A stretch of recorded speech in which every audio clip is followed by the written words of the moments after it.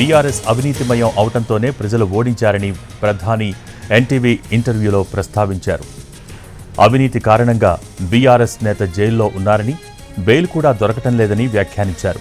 ఆ పార్టీ పేరు కూడా మార్చారని చెప్పారు.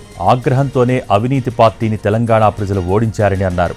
బీఆర్ఎస్ మనుగడ ఎంతవరకు ఉంటుందో చెప్పలేమని ఎన్టీవీ ఇంటర్వ్యూలో చెప్పిన ప్రధాని మోడీ అవినీతి జన్మ హక్కు అన్నట్టు కొందరు వ్యవహరిస్తున్నారని మండిపడ్డారు. भ्रष्टाचार का विषय आपने निकाला है.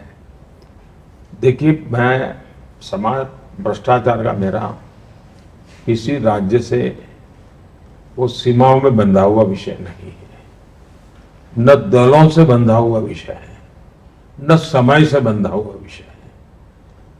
मेरे लिए हिंदुस्तान के उज्जवल भविष्य के लिए भारत को इस बीमारी से मुक्त करना बहुत जरूरी है. कुछ लोगों को लगता है कि असंभव है. असंभव नहीं है. मैं मानता हूं देशवासी विश्वास करें, भ्रष्टाचार भी ये शब्द, यानी एक पीढ़ी ऐसी आएगी शायद भ्रष्टाचार उनके लिए सरप्राइज पूछेंगे भ्रष्टाचार क्या होता है. ये हो सकता है, लेकिन इसके लिए कमिटमेंट चाहिए. मेरा कमिटमेंट है, मैं भ्रष्टाचार के खिलाफ लड़ाई लड़ रहा हूं और सिस्टमेटिक गवर्नेंस की व्यवस्था में बदलाव करके, और दूसरा जो आदतन पाप करने के आदी लोग हैं, जो भ्रष्टाचार का हक मानते हैं, वो कानून के दायरे में आने चाहिए.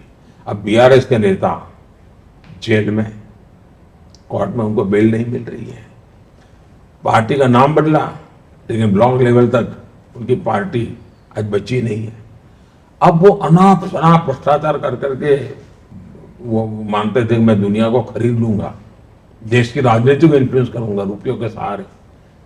सिद्ध हो गया ये संभव नहीं है. हो सकता है आपके पास रुपयों के पहाड़ पड़े होंगे, और तेलंगाना के लोगों ने इस बीमारी पर गुस्सा व्यक्त किया और साफ कर दिया. परिवारवाद, इसके प्रति देश का बहुत रोष है, क्योंकि परिवारवाद देश के टैलेंट को पूरी तरह नकारता है. यहां परिवार के बाहर जाने को तैयार नहीं. ये वैसा ही हाल हो गया है दक्षिण के राज्यों में, और इसलिए और परिवार के बाद के साथ डेफिसिट ऑफ टैलेंट तो आता ही आता है. उनकी सब चीजों में कमियां बुराइयां उजागर होती, क्योंकि घर में ही सब छुपा देते हैं. भ्रष्टाचार उसी में पनपता है जी. तो इन सारी एक प्रकार से बहुत बीमारी फैल चुकी है जी, और मैं उसके खिलाफ कठोर कार्यवाही करता ही रहूंगा. जो भी कानून की मर्यादा में होगा वही मैं करता हूं, और उसके कारण मुझे मेरी आलोचना होती हो, कोई कहे कि भाई विंडिक्टिव है, यानी मैं किसी गांव में डॉक्टर को अरेस्ट कर दूं तो मैं विंडिक्टिव नहीं हूं, लेकिन पॉलिटिकल व्यक्ति को अरेस्ट कर दूं विंडिक्टिव हूं. ये क्या कर